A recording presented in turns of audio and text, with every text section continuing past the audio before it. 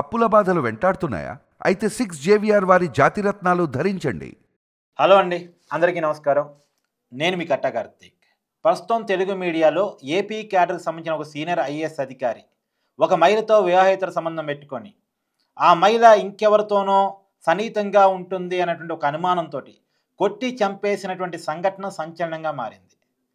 నిజానికి అతను డ్యూటీ ఏమో ఆంధ్రప్రదేశ్లో, అతను వివాహేతర సంబంధం కొనసాగించేది హైదరాబాద్లో. గత 7-8 సంవత్సరాలుగా వాళ్ళ రిలేషన్ కొనసాగుతుందంట. ప్రస్తుతం ఆ మహిళని కొట్టి చంపింది హైదరాబాద్లోనే.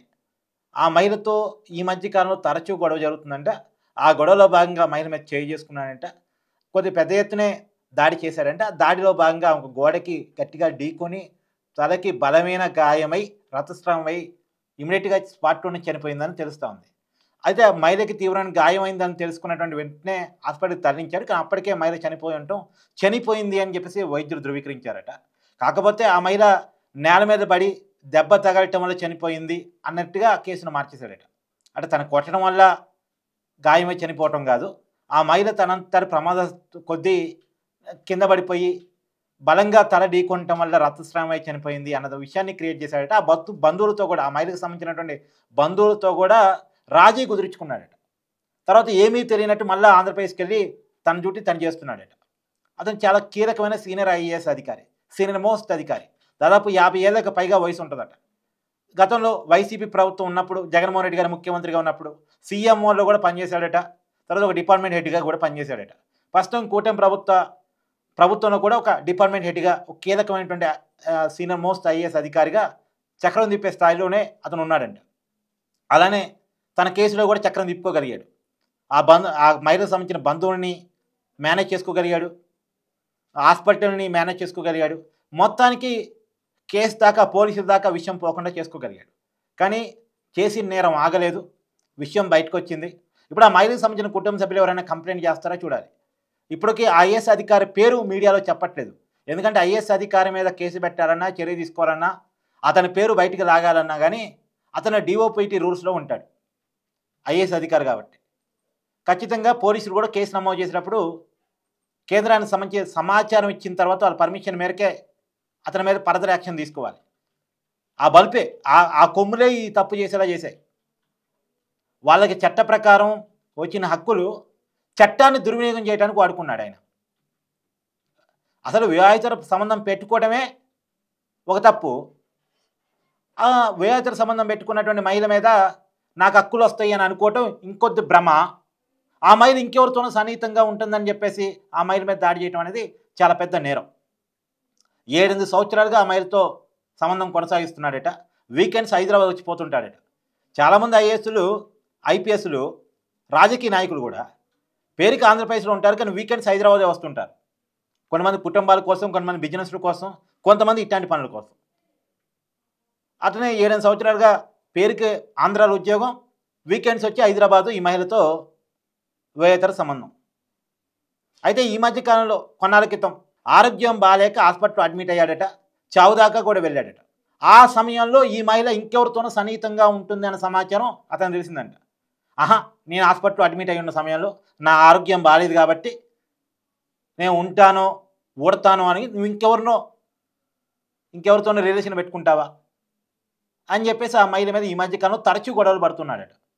ఆ గొడవలో భాగంగానే మాట పెరిగి చేయి చేసుకునే దాకా పోయి తీవ్రమైన దాడి చేస్తే, ఆ దాడిలో భాగంగా మహిళ బలంగా గోడకి ఢీకొనటం వల్ల పెద్ద దెబ్బతగిలి రక్తస్రావమై చనిపోయింది అనేటువంటిది అంతున్నటువంటి సమాచారం. ఇప్పటివరకు మీడియాలో వస్తున్న వార్తల ప్రకారం నేను ఈ విషయాలన్నీ చెప్తా ఉన్నాను.